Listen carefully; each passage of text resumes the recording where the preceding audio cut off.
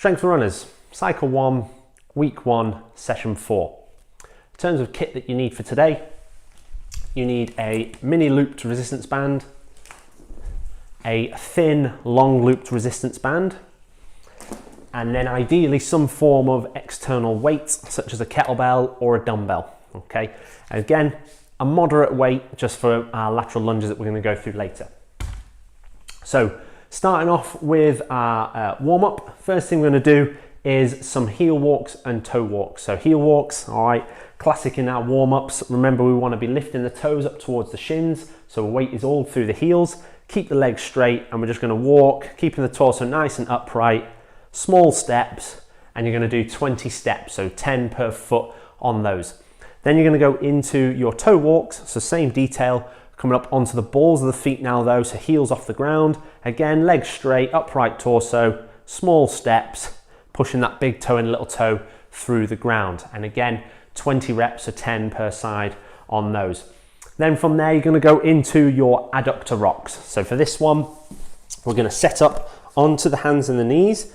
We're then going to have one leg straight out to the side. So the leg is straight out to 90 degrees, and we're going to focus on pushing the hips straight back to get a nice stretch through the inside of the thigh on that straight leg. Making sure that we keep good posture as we're doing this. So from the side, leg out, and you can see my hips are going straight back towards the heel on my bent leg, not trying to twist my hips towards my straight leg, and my back is staying nice and straight, so I'm not slouching into it like this. So actively pushing through the floor with the hands to keep that posture as best we can. And just going to rock forward and backwards through that for 15 per side. Then from there, you're going to come onto your glute bridge march. So again, into that normal glute bridge position. So first thing we want to focus on is tucking the pelvis under so that we don't arch our lower back at the top of the movement. Lift the hips, keeping that tuck, focusing on squeezing the glutes. And then all we're going to do is keep that tension in the hips. We're going to pull one knee into the chest at a time, nice and controlled, alternating legs without letting those hips drop in between. And we're going to go for 20 reps, so 10 per side. So you can see the movement is controlled. I'm not doing this and yanking my knee into my chest, because again, that's going to cause us to lose that tuck in the pelvis and therefore overload our lower back. So 20 reps on that one. Then we're going to finish off with our Spider-Man lunge with rotation. So for this one now, we're going to take a big step forward with one leg, drop the knee to the floor on the back foot, then take your hands and place them on the ground on the inside of that front leg. You're going to take the arm that's closest to that front leg, bend it to 90 and try and touch the elbow towards the floor, and then rotate up to the sky with that same arm. Hand back to the floor, come back to standing, and then switch legs. So lunge, hands, bend the arm, elbow towards the ground, and then reach up. Hand back to the floor, and then step back up. So making sure you come out the lunge each time. So I'll just show you one from the front. So remember, step into the lunge, drop the back knee, hands inside of that front leg, bend the elbow so that forearm is parallel to the floor, try and reach it towards the ground, and then reach up to the sky, back down, step out. And you're going to go for 5 per side on those. So heel walks and toe walks, 20 steps per movement, so 10 per foot. Then onto your glute bridge march for 20, for 10 per side. Your adductor rocks, 15 per side. And then into that Spider-Man lunge with rotation for 5 per side. One round to start off the session and obviously finish your warm-up. In terms of main session then, we're going to look at some lateral lunges and some side lying abductions to kick off, working the glutes, working the outside of the thigh muscles. So for your lateral lunges today, you're going to take your weight, if you've got it, ideally, like I said, a kettlebell or a dumbbell, just the one object, and you're going to hold it into the chest. You can hold it however is comfortable. So with a kettlebell, for example, it can be like this, it can be upside down, you can hold it like this, whatever is comfortable for you to hold it. The key is it stays nice and close into the chest as you do that. Then for these, we're going to take a big step out to the side and then sit the hips out and back to descend into the lunge, keeping that chest up as upright as we can, and then obviously kicking back into the middle, using that leg that's bent, pushing through the heel to be able to come back to that standing position. From the side, so you can see, step, shift the weight out and back, trying to get that thigh parallel to the floor, back is relatively straight and torso as upright as we can, sitting into that lunge and then kicking back into the middle. So you're going to do all reps on one leg before you switch over to the other leg. So you're going to do 6 to 8 reps on one side and then 6 to 8 on the other. From there, your side-lying abductions, take your mini band, place it around the ankles. You're then going to come onto the side.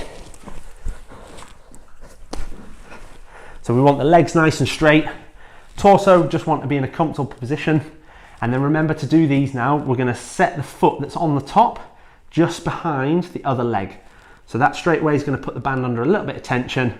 And we're going to keep that position as we then go straight up with the leg, keeping it behind the foot that's at the bottom.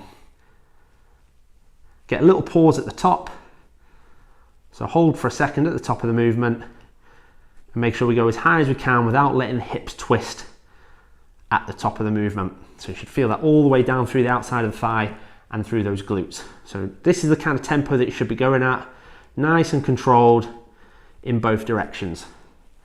And you're going to go for 15 per side on those. So 6 to 8 per leg on the lateral lunges, 15 per side on those sideline abductions. Rest for 30 to 60 seconds, and you're going to do that for 3 sets or 3 rounds. Okay. From there then, next 2 movements, we're focusing on a little bit of core. So we're going to look at some reverse crunches and some tall kneeling Pavlov press. So for the reverse crunches, what we're looking at here is setting ourselves on the back, bring our legs up to 90 degrees, and then arms just comfortably by the sides. And all we're focusing on now is contracting through the abs to pull the knees towards the chest. So I'm not just flailing my legs forward and backwards like this. I'm focusing on squeezing through here, and that will pull my knees just gently towards my chest. Pause for a second to really tense the abs, pause, and then relax.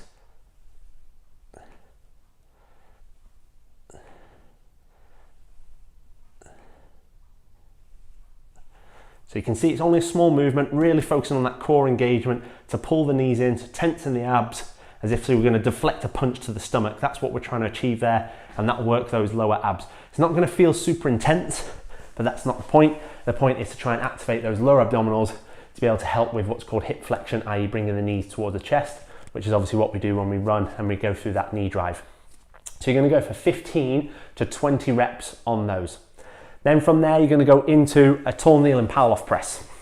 So for this one now, you're going to take your long looped resistance band and you want to place it so that when you're on the knees, it's pretty much in line with your shoulder. So you're going to tie it around an object and thread it through itself to tie off a knot, or trap it in a door frame, round a door handle. You need it secured to something so it's not going to ping off, okay? You want to be then side on to the band, okay? So your shoulder is in line with your anchor point. In that tall kneeling stance, on the knees with that torso nice and upright. So we're in this position without letting that back arch at the top of the movement, okay? Then all you're going to do is shuffle away from the anchor point. So there's a bit of tension in the band. I'm just going to shorten off the band in a second just to make it easier for this enclosed space. But when you set up, ideally what you want is one hand through, close that fist, other hand over the top to secure that band, and you're just going to press it out to the front like that. So keeping the knees locked, glutes squeezed, you're going to press that band straight out to the front so it's in the middle of your body, not like this and not out here, and you're just going to resist that band pulling you towards the anchor and hold without arching that lower back. So just focus on bracing the core, squeezing the glutes, and you're going to hold that for 30 to 60 seconds per side. If you want to make it more challenging, you just move further away from the anchor point, but making sure, like I said, the shoulder is still in line and that band stays in the middle of the chest. So 30 to 60 second holds on that. So 15 to 20 reps on the reverse crunch, then into the 30 to 60 second hold on the Pavlov press, and again 30 to 60 second rest and 3 rounds on that. All right, enjoy that session.